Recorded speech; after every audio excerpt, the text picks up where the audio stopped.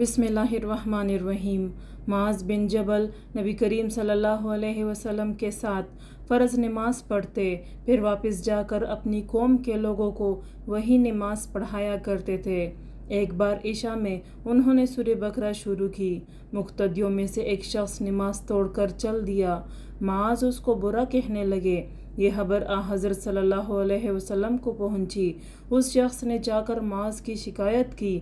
आपने मुआज़ को फरमाया, तू भला में डालने वाला है, भला में डालने वाला, भला में डालने वाला 3 बार फरमाया।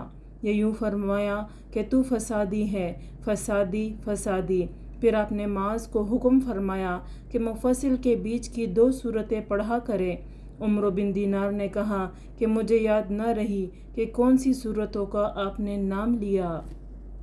एक शख्स ने कहा कि या रसूलुल्लाह, कसम अल्लाह की, मैं सुबह की नमाज में फ़लाँ की वजह से देर में जाता हूँ, क्योंकि वो नमाज को बहुत लंबा कर देते हैं।